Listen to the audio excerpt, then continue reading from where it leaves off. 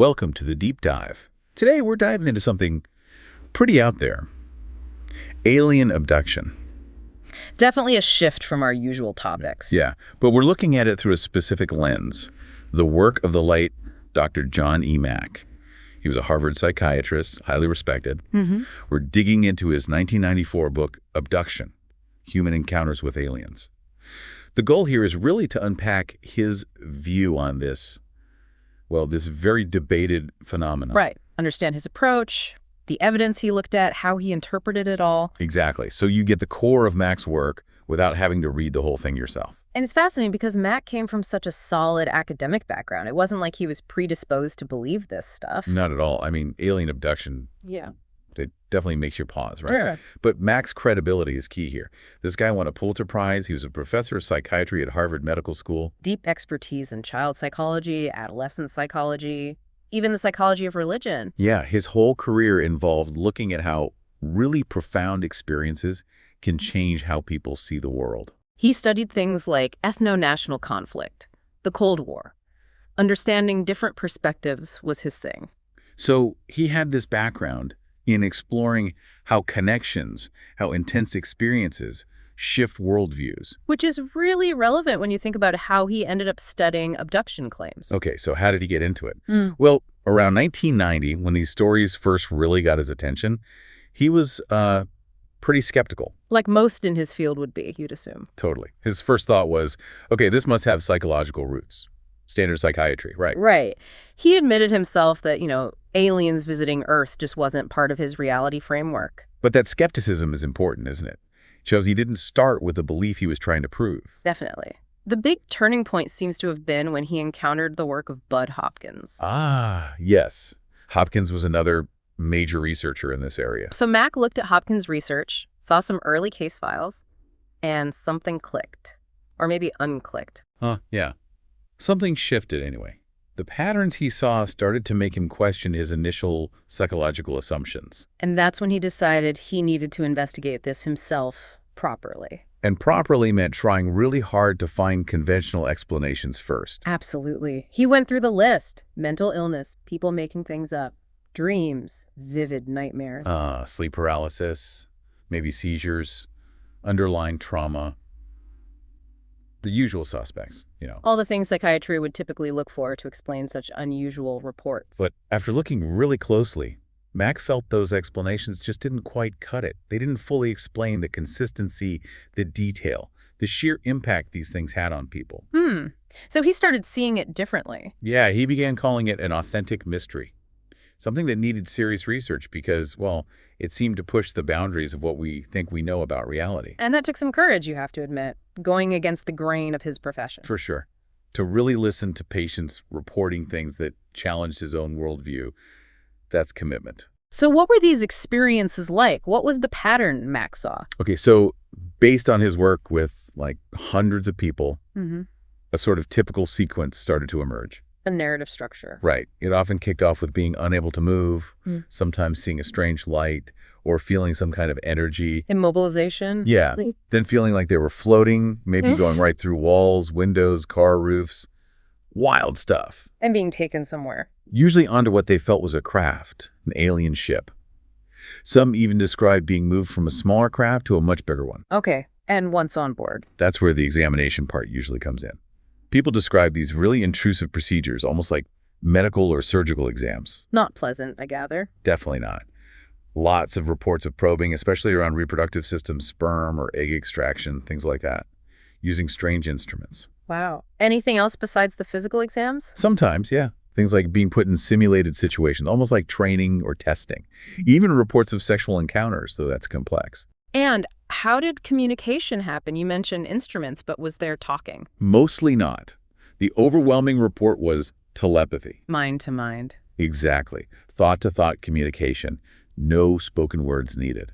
And were messages being conveyed? Very often, Yeah. yes. And the themes of those messages were surprisingly consistent, too. Like what? Warnings. Big warnings about ecological disaster, about nuclear weapons. Serious stuff. Yeah, and sometimes visions of the future, polluted landscapes, planets breaking apart. Pretty grim. Occasionally glimpses of past lives, too.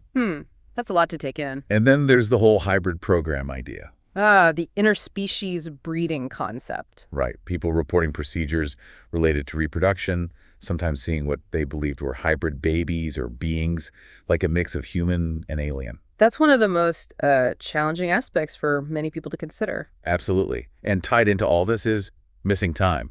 Right, the classic unexplained gaps in memory. People just lose hours with no idea what happened, often corresponding to when these encounters supposedly took place. And then the return. Usually back where they started, but not always. Sometimes they'd find weird marks on their bodies, cuts, ulcers, lesions. Physical traces. Sometimes reported, yeah. Or clothes might be messed up, or they'd wake up in a strange position. The consistency you mentioned, that was key for Mack, wasn't it? So many people, no connection, telling such similar detailed stories. Exactly. That patternicity, as you called it. It made him think this couldn't just be individual fantasy or mental issues. There seemed to be a structure to it. But he didn't just see it as purely physical, did he? He had this other concept. The dual nature of reality. Yeah, this is fascinating. He suggested these things might be happening both physically, like real events in our world. Right. And on another level. Right, like psychologically, spiritually, maybe even transdimensionally, intersecting with our reality. So rejecting the simple either, it's not either real or in the mind, but possibly both. Kind of. He talked about an unseen realm interacting with our physical one. It was his way of trying to make sense of experiences that seemed physically impossible, but had real effects, both physical and psychological.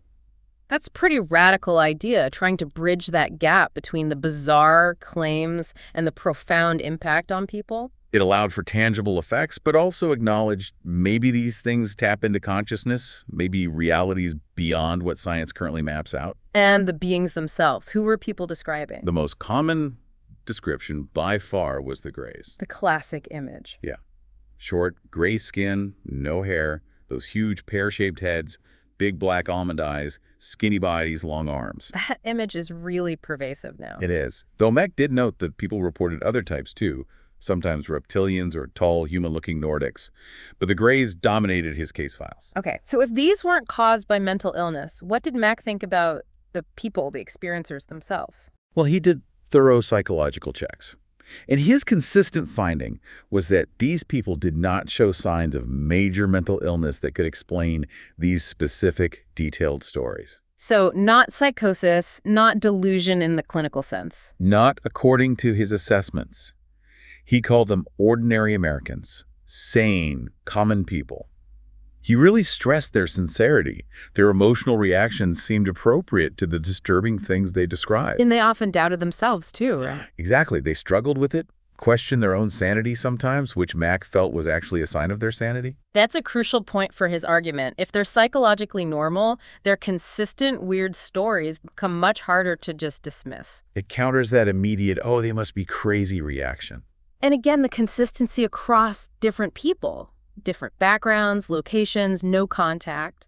He hammered that point home. The level of specific detail, the similarities, he argued it couldn't just be coincidence for everyone watching the same sci-fi movie. Especially since he started research before some of these tropes became super common in media.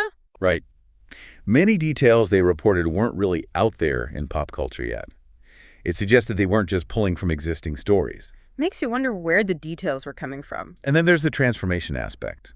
This is maybe one of the most surprising parts Mack noted. How the experiences changed people. Yeah, often in profound ways. Many reported becoming much more spiritual, feeling a deeper connection to nature. Increased environmental concern. A big one. Really urgent feelings about protecting the planet. And often a shift away from materialism, caring less about possessions and status. That's interesting. If it was purely traumatic, you might not expect those kinds of positive, value-shifting outcomes. It adds complexity, doesn't it? It suggests these experiences, whatever they are, were deeply meaningful, even if scary or confusing. And he had that idea about dual identity, too. Yes. Some people felt like they were both human, but also alien, connected to the being somehow. How did he interpret that? He wondered if it represented maybe a disconnection from some essential part of ourselves, our soul perhaps, something maybe pushed aside by our modern materialist culture. So the experience forces a kind of integration, acknowledging parts of the self or reality that were ignored. That seemed to be his thinking. Like the abduction could be a catalyst for confronting these deeper connections or aspects of the psyche. Okay, so how did he actually investigate all this? What was his method? His main tool was his clinical practice. Intensive, deep interviews. Therapeutic sessions, often long-term, with over 200 people. Hundreds, maybe thousands of hours of listening. Yeah, and he stressed patient, non-judgmental listening, creating a space where people felt safe sharing these really bizarre personal stories. That dedication, that willingness to just listen deeply is pretty remarkable for such an unusual topic. Now, a controversial part of his method was using hypnosis, or relaxation techniques. Right, to help people remember things, especially around that missing time. He believed it could help access repressed or fragmented memories accurately, though he did seem to shift his language later. Using terms like relaxation techniques or non-ordinary states of consciousness instead of hypnosis. Yeah, maybe partly because hypnosis and memory recall is a tricky area scientifically. There are debates about suggestibility, false memories. That's a fair point. It's a complex tool, and its reliability is debated. Mack likely knew that. But he clearly found it useful in his work. Alongside that, though, he kept trying to rule out the conventional stuff we talked about. The differential diagnosis process. Always asking, could this be mental illness, dreams, hallucinations, sleep paralysis, neurological issues? Trauma. And his conclusion, in many cases, was that none of those labels fully fit. The stories were too structured, too consistent, too specific, and the people often too psychologically normal. That's what pushed him towards the authentic mystery idea. something genuinely anomalous seemed to be happening. And he didn't just stay within Western culture. He looked broader. Cross-cultural investigations. Yeah. He looked at similar accounts or traditions elsewhere. Native American stories of star people, South African legends like the Mandingadas, reports from Brazil, Malaysia. What was the point of that? His argument was, if you see strikingly similar reports popping up in totally different cultures, cultures without obvious contact or shared media influence on this topic. It suggests it's not just a product of, say, Western sci-fi movies. Exactly. It hints at something potentially independent of specific cultural narratives. He even drew parallels to historical visionary experiences, suggesting maybe our modern scientific view is just too narrow sometimes. That cross-cultural angle does make it harder to dismiss purely as cultural contamination. So after all that work, what did Mack see as the main evidence, the key arguments for the reality of this phenomenon, as presented in his book, Abduction? What were his core points? Okay, number one, consistency. Just the sheer level of detail and similarity across stories from people who didn't know each other. The specific beings, the procedures, the messages, that recurring pattern. It was too much to be chance, he felt. Second, lack of ordinary explanation and absence of psychopathology. Meaning normal life stuff like dreams didn't fit, and the people weren't generally mentally ill in a way that explained these specific accounts. Right. Their normalcy made the weirdness of the stories stand out more. Countering the dismissal based on presumed mental illness. Third, physical evidence. Now, this is often anecdotal, but persistent reports of unexplained marks, cuts, scoop marks, lesions. Also, corroborated missing time, other physical effects people sometimes reported. Harder to explain if it's purely psychological. Fourth, association with UFO sightings. The fact that abduction reports often happened around the same time and place as documented UFO sightings, sometimes witnessed by others or even filmed. Trying to link the subjective experience to potentially objective events. And fifth, a really compelling one for him, reports from very young children. Kids as young as 2 or 3. Yeah, reporting things remarkably similar to adult accounts. He argued kids at young just wouldn't likely make up such complex, consistent stories or be influenced by media they probably hadn't even seen. That's definitely a challenging point for skeptics. How do young kids come up with that?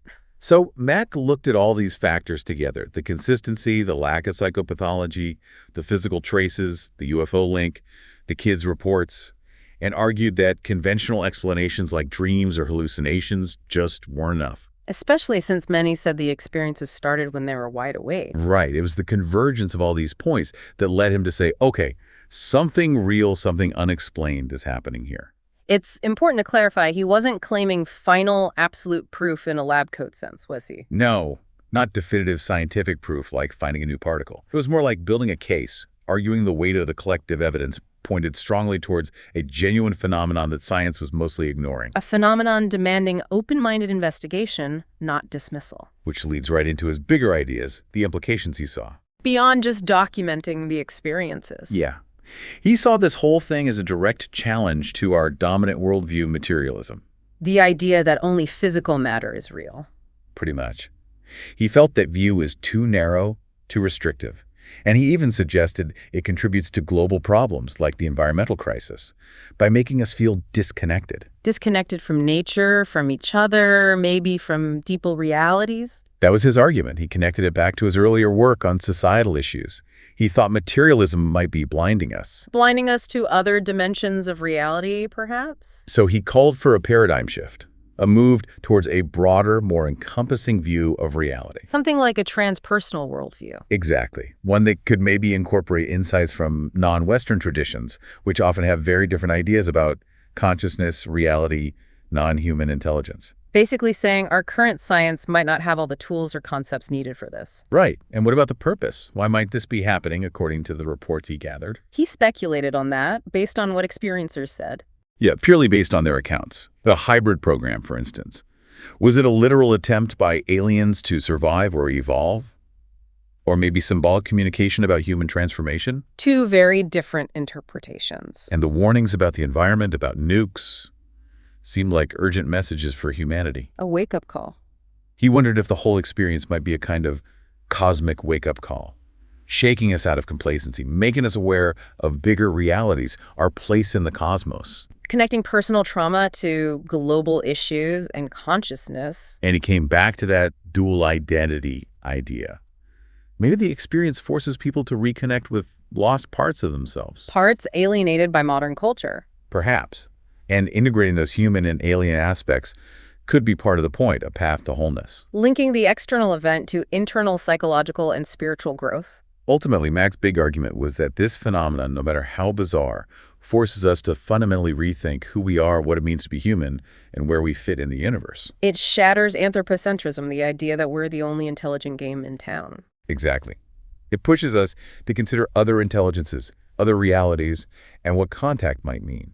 So, wrapping up his core message. Mack's thesis in Abduction is basically, this is a complex, authentic mystery. It's real on some level, resists easy answers, and demands we take it seriously. A direct challenge to just brush it off. And a call for more openness, an expanded view of reality. Not just understand this, but maybe to help us tackle our own big global problems too. The idea being our limited view might be holding us back. So his contribution really was giving voice to the ignored, validating these deeply disturbing experiences for people and saying, hey, maybe this is incredibly important for humanity's future. Urging a broader look at consciousness, reality, our cosmic neighborhood. His work is definitely controversial, no doubt about it, but it makes you think. It certainly pushes boundaries. Which brings us to a final thought for you listening. Just think for a second about how quick we often are as a culture to dismiss things that don't fit our neat scientific boxes. To ridicule experiences that sound too strange. Yeah. And ask yourself, what might we be missing? What valuable insights, what important information could we be losing by doing that? What if phenomena that seem unbelievable now, like the ones Mack studied, what if they actually hold keys to our future, to understanding reality itself? It's a big question. Definitely something to chew on. Thanks for joining us on The Deep Dive.